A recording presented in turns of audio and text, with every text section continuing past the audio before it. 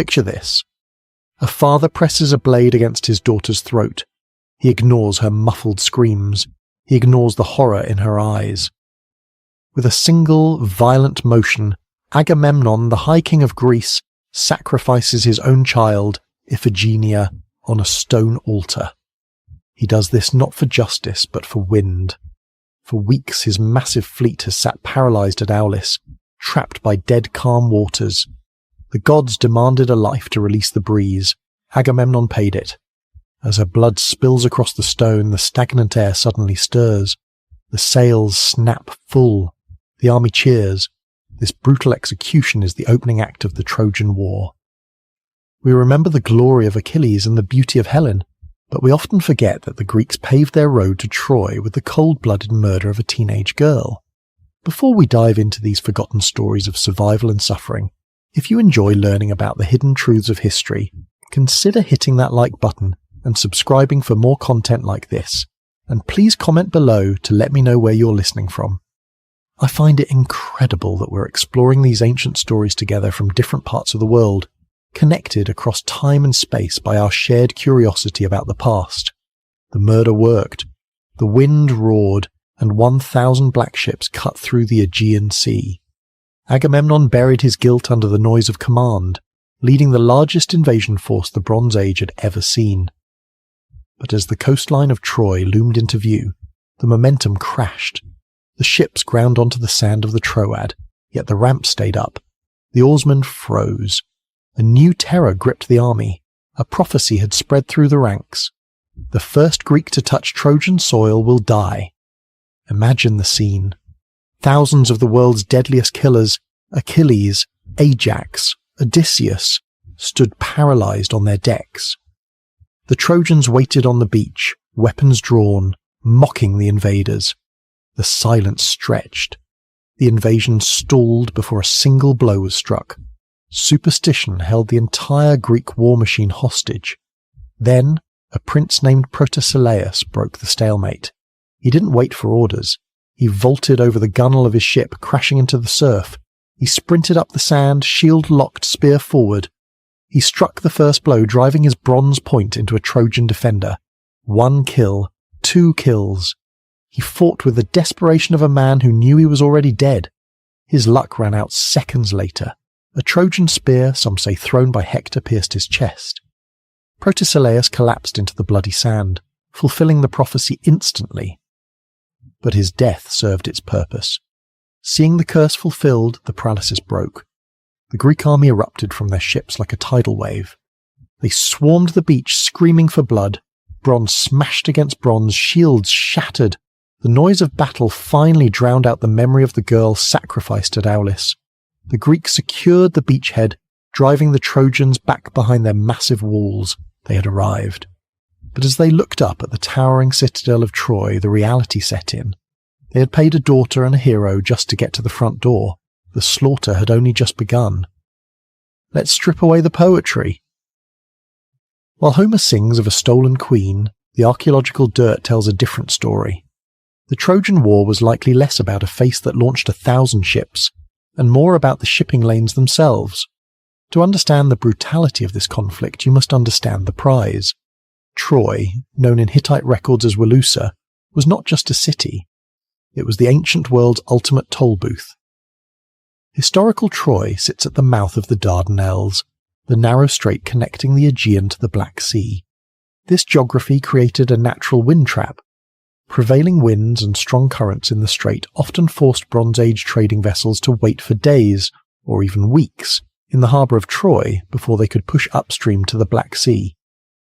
While they waited, the Trojan kings charged them. They sold them supplies. They taxed their cargo. Troy grew obscenely rich not by conquest, but by geography. For the hungry warlords across the Aegean, Troy wasn't just a rival. It was a bank vault waiting to be cracked. Now look at the men trying to crack it. Forget the image of white-robed philosophers debating democracy. Those Greeks come 800 years later. The Mycenaean Greece of 1200 BC was a gangster paradise. These men were the Vikings of the Mediterranean. They lived in citadels built of stone so massive that later generations believed only cyclopes could have lifted them. Their society was rigidly hierarchical, ruled by a one-axe warrior king whose authority rested on his ability to distribute plunder. Mycenaean art reveals their obsession. They didn't paint landscapes, they painted hunting scenes, boar tusk helmets, and figure-8 shields. Their economy ran on raiding. When trade slowed, or when a neighbour looked too prosperous, the Mycenaean galleys launched. They were predators, and across the water they saw the fattest prey of all, the abduction of Helen. Whether she went willingly or was taken by force provided the perfect casus belli. In a culture driven by time or honour and public reputation, Paris of Troy didn't just steal a wife, he humiliated a king. This insult gave Agamemnon the political leverage he needed to unite the fractured Mycenaean warlords. He offered them a war that satisfied both their code of honour and their lust for Trojan gold. But the Trojans were not helpless victims. They were the westernmost outpost of the Anatolian sphere, backed by treaties with the mighty Hittite Empire. Their city was an engineering marvel. The walls Schliemann and later archaeologists uncovered, specifically the layer known as Troy 6 and 7, A-feature limestone masonry tilted inward to withstand earthquakes and frustrate attackers. They had guarded deep water wells within the citadel, meaning they could survive a siege for years. The collision of these two forces was inevitable. On one side, a coalition of pirate kings desperate for resources as the Bronze Age collapse loomed on the horizon. On the other, a wealthy, fortified merchant city controlling the artery of the ancient world. When the Greeks surrounded those walls, they realized their mistake. They couldn't storm the city. The walls were too high. The defenders were too well supplied. The Greeks had no choice but to dig in. They turned the beach into a permanent slum. They raided the surrounding villages for food, women, and livestock, creating a perimeter of devastation that stretched for miles. This wasn't a noble duel. It became a grinding war of attrition. The Greeks couldn't get in. The Trojans couldn't drive them out. For 10 years, the most advanced killing machines of the era locked horns in a bloody stalemate, slowly grinding each other into dust while the world around them began to burn. History compresses time. When we think of the Trojan War, we imagine a continuous 10-year assault on the main gates. But siege warfare in the Bronze Age didn't work that way. For the first 9 years, the main walls of Troy remained largely untouched. The Greeks quickly realized they couldn't breach the fortifications of Wilusa with brute force, so they changed tactics. They turned their backs on the city and unleashed hell on the surrounding countryside. The Greek army was a massive, hungry beast. To feed 50,000 men and thousands of horses, they needed a constant stream of grain, meat, and wine. They didn't import these supplies, they stole them. Under the command of Achilles, the Myrmidons became a mobile strike force, systematically dismantling the Trojan economy one village at a time. Homer mentions that Achilles sacked 12 cities by sea and 11 by land. These weren't glorious duels, they were liquidation operations. The Greeks would descend upon a smaller town allied with Troy places like Lyrnessus or Thebes and erase it. They killed the men, enslaved the women, and looted the livestock. This strategy served a dual purpose. It kept the Greek army fed, and it slowly choked Troy by cutting off its supply lines and terrorizing its allies. This brings us to the darkest currency of the Bronze Age, human beings. In the modern mind, we focus on the stolen queen, Helen. But thousands of anonymous women paid the price for her abduction. During the sack of Lyrnessus, Achilles killed the king and the husband of a woman named Briseis. He then claimed her as his property, a war prize to be displayed in his tent. In a neighbouring raid on Thebes, the Greeks captured a woman named Chryseis, the daughter of a priest of Apollo. She was awarded to Agamemnon. These two women are not minor footnotes. They are the fuse that detonates the entire Greek war effort. In the brutal logic of Mycenaean warrior culture, these women were living trophies, tangible proof of a hero's honour. To take a man's war prize was to strip him of his status. By the 9th year, the Greek camp was less of a military base, and more of a squalid, sprawling shanty town filled with stolen goods and traumatized captives. Morale was rotting.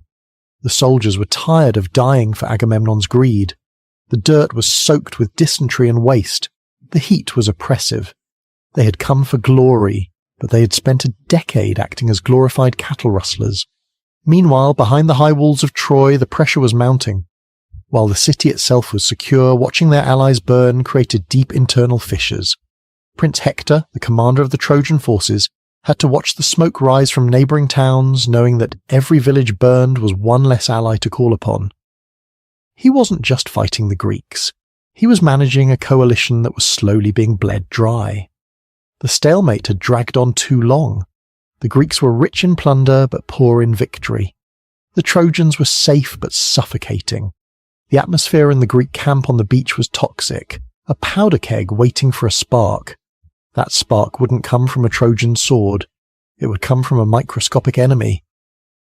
An old man, a priest of Apollo, walked into the Greek camp carrying a ransom for his daughter, Chryseis. He begged Agamemnon for her return. The king of Mycenae, arrogant and exhausted by 9 years of frustration, spat in the old man's face and threatened to kill him. The priest left in tears, praying to his god for vengeance. The raiding was over. The dying was about to begin in earnest. The retribution was swift. In Homer's verses, Apollo descended from Olympus like nightfall, his silver bow singing as he rained invisible arrows upon the Greek camp. First, the dogs and mules died, then the men. Remove the divine metaphor and you are left with a grim biological reality. After 9 years of siege, the Greek camp was a cesspool. 50,000 men and thousands of animals living in close quarters with no sanitation system created a breeding ground for disaster. The arrows of Apollo were likely typhoid, dysentery, or bubonic plague, carried by rats and fleas, thriving in the squalor of the latrines and rotting garbage. The summer heat turned the beach into an incubator of death. Funeral pyres burned day and night, the thick smoke choking the survivors. The army was rotting from the inside out. Desperation forces action. Achilles, seeing his men dying not by the sword but by vomit and fever, called an assembly. This was a direct challenge to the chain of command. Only the High King, Agamemnon, had the authority to summon the council. By taking the initiative, Achilles wasn't just trying to solve the plague, he was publicly questioning Agamemnon's competence. In the centre of the camp, surrounded by coughing soldiers and the smell of burning flesh, the seer Calchas spoke the truth. The plague was Agamemnon's fault. He had insulted Apollo's priest. To save the army, the girl Chryseis had to be returned. Agamemnon's reaction defines the fragility of a male ego in the ancient world. He knew the seer was right. But in front of his rival warlords, admitting a mistake was political suicide. He stood up, his eyes described as blazing like fire, and lashed out. He agreed to return the girl to stop the plague, but he demanded compensation. If he lost his war prize, he would take someone else's, and he chose the one belonging to the man who dared to challenge him. He demanded Briseis, the woman enslaved by Achilles. This moment is the pivot point of the entire war. This is Agamemnon versus Achilles. It wasn't a lover's quarrel. In the value system of the Iliad, honour was physical. It was measured in gold, tripods, and women. To take Achilles' prize was to physically strip him of his honour. It was a public castration of his status as the army's greatest warrior. Achilles' hand drifted to the hilt of his sword. He contemplated drawing the blade and slaughtering the High King right there in the assembly. It would have ended the war instantly, a civil war on the beach. Instead, he chose a weapon far more devastating than bronze. He chose absence. He slammed his scepter into the ground and swore a terrifying oath. He would not lift a finger to help the Greeks. He would sit by his ships and watch as Hector and the Trojans slaughtered them. He wanted Agamemnon to suffer, to realize how worthless he was without his greatest weapon. Agamemnon called his bluff. His heralds marched to Achilles' tent and took Briseis. Achilles let her go. He didn't fight for her. He retreated into a sullen, dangerous silence. The consequences were immediate. The Myrmidons, the shock troops of the Greek army, grounded their spears. The best fighter on the beach was now a spectator. Up on the walls of Troy, the sentries noticed the change. The smoke of the funeral pyres was still rising, but the Greek formation had fractured. The banner of Achilles was gone. Hector saw his opening. For 9 years the Trojans had played defence, terrified of meeting Achilles in the open field. Now the wolf was chained. The gates of Troy creaked open. The Trojan army, fresh and eager, poured out onto the plain. The stalemate was broken. The Greeks had cured the plague, but they had invited a massacre. The collision of the two armies shook the plain of Scamander. This was not the disciplined shield-wall combat of the later Spartans or Romans. Bronze Age warfare was a chaotic, visceral brawl. It focused on individual prowess rather than collective maneuvering. To understand the violence, look at the tools. Bronze Age weapons were heavy and, crucially, softer than iron. A bronze sword could bend upon impact with a shield. Warriors often had to pause in the middle of a fight to step on their blades and straighten them out. Spears were the primary killers, heavy ash shafts tipped with leaf-shaped bronze points designed to punch through layered linen armour and boar-tusk helmets. Chariots didn't charge into infantry lines like medieval knights. They acted as battle taxis, ferrying aristocrats to the front lines where they would dismount, fight, and then retreat if the tide turned. In this swirling dust cloud, a singular drama unfolded. Paris, the Prince of Troy, the man who started the war, stepped forward. Wearing a leopard skin across his shoulders and armed with a bow weapon, often considered cowardly by heavy infantry standards, he challenged the Greek ranks. It was a moment of supreme arrogance. Menelaus accepted immediately. The king of Sparta saw the man who had slept in his house, eaten his food, and stolen his wife. He jumped from his chariot, his armour clattering, driven by a decade of suppressed rage. The duel between Paris of Troy and Menelaus reveals the stark difference between a lover and a killer. Paris was outmatched instantly. He threw his spear. It hit Menelaus's shield and bent harmlessly. Menelaus threw his with lethal precision, tearing through Paris's shield and armour, barely missing his ribs. As Paris stumbled, Menelaus shattered his sword over the Trojan's helmet, then lunged with his bare hands. He grabbed the horsehair crest of Paris's helmet and began to drag him back toward the Greek lines. The leather strap choked the prince. Paris was seconds away from death or capture. In the myth, Aphrodite snaps the strap and whisks Paris away in a cloud of mist. In reality, perhaps the strap broke, or Trojan allies rushed in to pull their terrified prince to safety. Either way, Paris fled. He retreated to the safety of his bedchamber while men died for his vanity outside the walls. With the duel ending in a farce, the truce collapsed. The slaughter resumed. But with Achilles sulking by his ships, the Greeks needed a new avatar of destruction. They found one in Diomedes, king of Argos and one of the youngest Achaean leaders. Diomedes entered a state the Greeks called Aristeia, a moment of battlefield excellence, where a warrior seems possessed by a god. He didn't just fight, he rampaged. He slaughtered Trojans by the dozen. When Pandarus, the archer who broke the truce, shot him in the shoulder, Diomedes pulled the arrow out, prayed to Athena, and returned to the fray with doubled fury. His aggression was absolute. Homer describes him attacking not just men, but gods wounding Aphrodite and even the war god Ares. Strip away the theology, and you see a warrior fighting with such terrifying intensity that he seemed invincible, a man who recognized no limits, human or divine. He shattered the Trojan offensive almost single-handedly, proving that the Greek war machine had more than one engine. While Paris perfumed his armour in the palace, Diomedes was out in the mud, covered in blood, keeping the Greek hope alive. The contrast was brutal. The war would not be won by pretty princes, but by men willing to wade through the gore. The war had reached the Greek ships. Hector, seizing the momentum, had smashed through the defensive wall and set fire to the stern of a Greek galley. The smell of burning pitch signalled the end.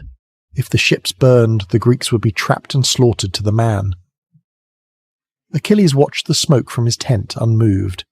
But Patroclus, his closest companion and in many interpretations, his lover, could not stand the idleness any longer. He begged to wear Achilles' armour, to lead the Myrmidons into battle, hoping the sight of the legendary silhouette alone would terrify the Trojans. Achilles agreed, but with a strict warning.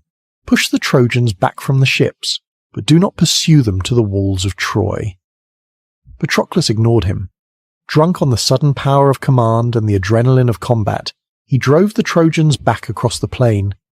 He killed Sarpedon, a major Trojan ally. He forgot his place. He forgot he was a mortal man wearing a demigod's shell. He charged the very gates of the city. There, his luck evaporated. Stripped of his helmet in the chaos, dazed by a blow to the back, he was left vulnerable. Hector moved in for the kill. He drove his spear into Patroclus's belly, stripping the body of the magnificent armour as a prize. When the news reached Achilles, he didn't just weep, he unravelled. He clawed at the ground, pouring dust over his head, letting out a cry so primal that Homer says it terrified the horses on the battlefield. The rage that followed was cold and absolute. Agamemnon, Briseis, the plunders, none of it mattered anymore. Achilles reconciled with the king not out of forgiveness but out of impatience. He had work to do. The next day, Achilles returned to the field. He didn't fight, he butchered. He clogged the river Scamander with so many Trojan corpses that the river god himself is said to have risen in protest. The Trojan army fled back behind their walls in terror, all except one. Hector stood alone outside the Scaean gates. His parents screamed from the ramparts, begging him to come inside. But Hector was trapped by his own code of honour. He had led his army to disaster. He could not hide now. Yet when he saw Achilles approaching, shining like a star of disaster in new armour forged by the god, Hephaestus, Hector's nerve failed. The greatest defender of Troy ran. It is one of the most human moments in the Iliad. Achilles versus Hector was not an instant clash of titans. It was a terrifying chase. 3 times they ran around the city walls. Hector panting, heavy with sweat and fear. Achilles relentless, a nightmare nipping at his heels. Finally Hector stopped. He turned to face his fate. He proposed a pact. The winner would return the loser's body for proper burial. Achilles looked at him with dead eyes and delivered one of the most chilling lines in literature. There are no pacts between lions and men, nor wolves and lambs. He knew the armour Hector was wearing. It was his own, stripped from Patroclus. He knew the weak point at the neck. He drove his spear through it. What followed was a war crime. War. In the Bronze Age, respecting the enemy's body was a sacred duty. Achilles shattered this taboo. He pierced Hector's ankles, threaded leather straps through the tendons, and tied him to the back of his chariot. With the royal family of Troy watching from the walls, he whipped his horses. He dragged the body of Prince Hector through the dust around the city and back to the Greek camp. He left the corpse in the dirt, face down, denied the funeral rites that would allow his soul to rest. The hero had become a monster. The vengeance was complete, but it brought no peace, only a hollow silence and a corpse that accused him with its stillness. With Hector dead, you might expect the war to end. It didn't. It metastasized. Troy, desperate for survival, called in mercenaries from the edges of the known world. First came the Amazon warriors, led by Queen Penthesilea. Then came Memnon, the warrior king from Ethiopia. For a brief moment they pushed the Greeks back, but they all ran into the same wall, Achilles. He butchered them both. He seemed unstoppable, a force of nature that had transcended mortality. But hubris always invites a fall. Achilles pushed his luck too far. He chased the fleeing Trojans deep into the shadow of the Scaean gates. He was alone, cut off from his support. Up on the walls, Paris, the prince who had started this war, the man ridiculed for fighting with a bow saw his chance. He knocked an arrow. Mythology tells us that the god Apollo guided the shaft to the one spot where Achilles was vulnerable, his heel. The story of his mother dipping him in the river Styx, holding him by the ankle, is a beautiful later invention. But the reality of an Achilles heel injury is far more grounding. The calcaneal tendon is the thickest in the human body. Sever it, and a man cannot stand, let alone fight. The arrow didn't kill Achilles instantly. It immobilized him. Imagine the horror of the greatest runner in the Greek army, suddenly anchored to the bloody dirt, unable to charge or flee. He became a stationary target. Paris and the Trojan archers likely turned him into a pincushion. The invincible hero didn't die in a glorious duel. He died screaming in the dust, brought down by the very weapon he despised, wielded by the man he respected least. His death created a vacuum that would destroy the second greatest Greek hero, Ajax the Great. Ajax was a giant, the bulwark of the Achaean army. He had carried Achilles' body out of the fray while Odysseus covered the retreat. by all rights of ancient valour, Achilles' magnificent armour, the divine gear forged by Hephaestus, should have been his. It was the ultimate badge of honour. But the rules of war were changing.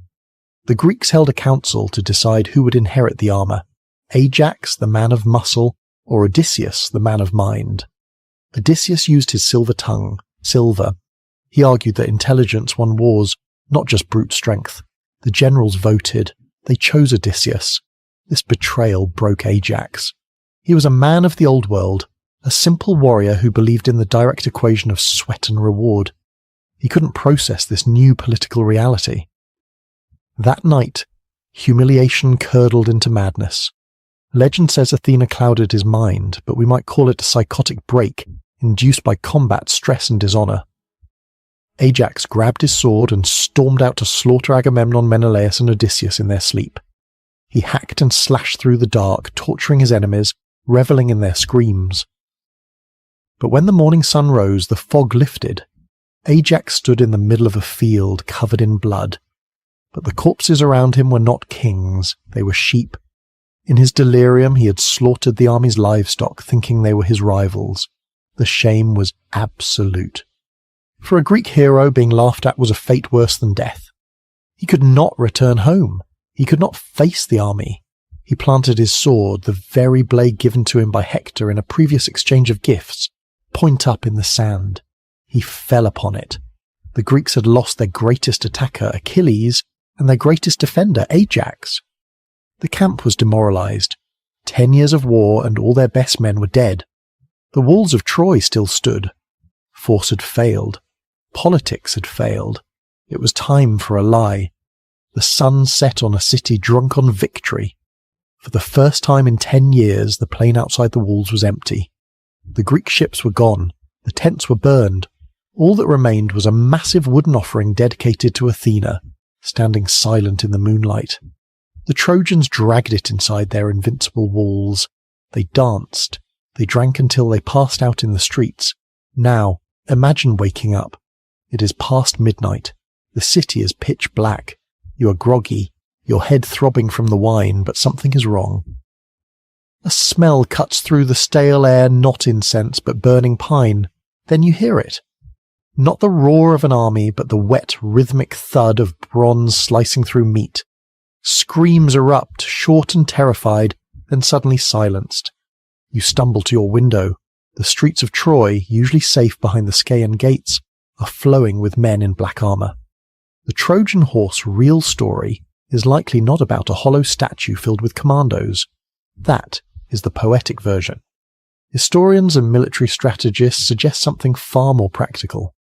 Bronze Age siege towers were often covered in damp horse hides to protect them from fire arrows. In the dim light, a massive siege engine looming over the walls could easily be described as a wooden horse.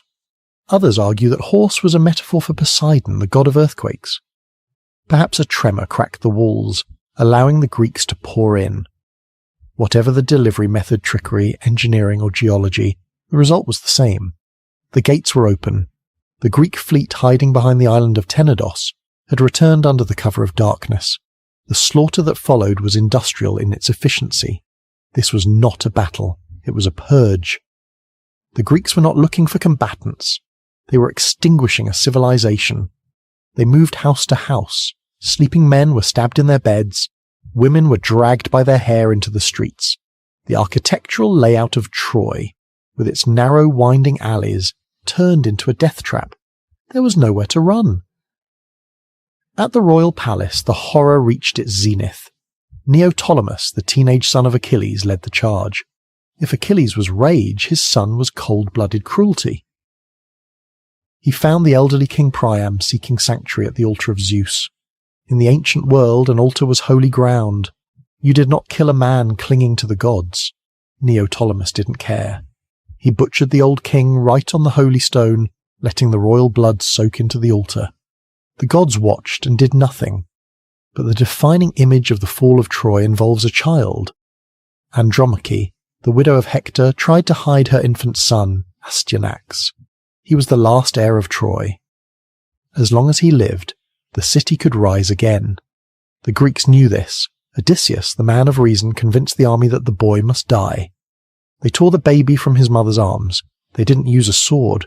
They took him to the highest point of the city walls and threw him off. The death of Astyanax broke the spirit of the survivors. As the sun rose, Troy 7a, the archaeological layer most likely corresponding to this event, was a smoking ruin. The men were dead. The women queens and commoners alike were bound in ropes, destined for slavery in foreign kitchens and beds. The gold was stripped. The walls were toppled. The war crimes committed that night were so heinous that the myths say they disgusted even the gods who had supported the Greeks. The victors stood amidst the ashes of a superpower, their swords dull from overuse, believing they had won. They didn't realize that in their fury they had cursed themselves. The city was dead, but its ghosts would haunt their journey home. Victory tasted like ash. The Greeks had spent 10 years dismantling a civilization, but their own destruction awaited them at home. The return journeys, known as the Nostoi, were a catastrophe. The gods, disgusted by the desecration of temples and the slaughter of children during the sack of Troy, unleashed storms that scattered the victorious fleet across the Mediterranean. Agamemnon, the High King, made it back to Mycenae. He expected a triumph. He rode through the Lion Gate, his chariots overflowing with Trojan gold and his new concubine Cassandra. But while he was conquering Asia Minor, his wife Clytemnestra was sharpening an axe. She had not forgotten the sacrifice of her daughter Iphigenia at Aulis 10 years prior. The myth says she welcomed him with a purple carpet, led him to a bath, trapped him in a net, and hacked him to death. The great warlord survived a decade of brutal combat, only to be butchered in his own bathtub. His death signaled the disintegration of the coalition. The centre could not hold. Odysseus, the architect of the Trojan Horse, fared no better. His journey home took another 10 years, the subject of the Odyssey. He lost his entire crew to monsters, storms, and the wrath of Poseidon. When he finally washed up on the shores of Ithaca, he was a beggar, unrecognized in his own hall. But zoom out from the individual tragedies, and you see a far more disturbing historical pattern. The myths of the Nostoi are likely a poetic memory of a geopolitical implosion. The Bronze Age collapse was happening, roughly around 1200 BC, the same time frame as the destruction of Troy 7a. The great palaces of mainland Greece began to burn. Pylos, Tiryns, and Mycenae itself were destroyed. The Linear B tablets found in the ruins of Pylos speak of watchers guarding the coast in desperation. Then, silence. Historians argue that the Trojan War might have been the tipping point. The massive expenditure of resources, the absence of kings for a decade, and the disruption of trade routes left the Mycenaean world vulnerable. When the mysterious sea peoples arrived, or when internal uprisings erupted due to famine and economic stagnation, the exhausted Greek states crumbled. The victors of Troy didn't build an empire. They presided over an apocalypse. The art of writing was lost. Monumental architecture stopped. Greece plunged into a dark age that would last for 4 centuries. The stories of Achilles and Hector were no longer written down. They were whispered around campfires by refugees living in the ruins of a golden age. The war had cost them everything. Eventually, the ruins were buried. The location of Troy was forgotten. For 3,000 years, the war existed only in hexameter verse. Scholars in Victorian London and Berlin dismissed the Iliad as pure fantasy, a collection of solar myths and moral allegories. They believed Troy was as real as Atlantis. Then, a man with a shovel and a childhood obsession arrived in Turkey. He didn't care about academic consensus. He cared about digging. In the late 19th century, a German businessman named Heinrich Schliemann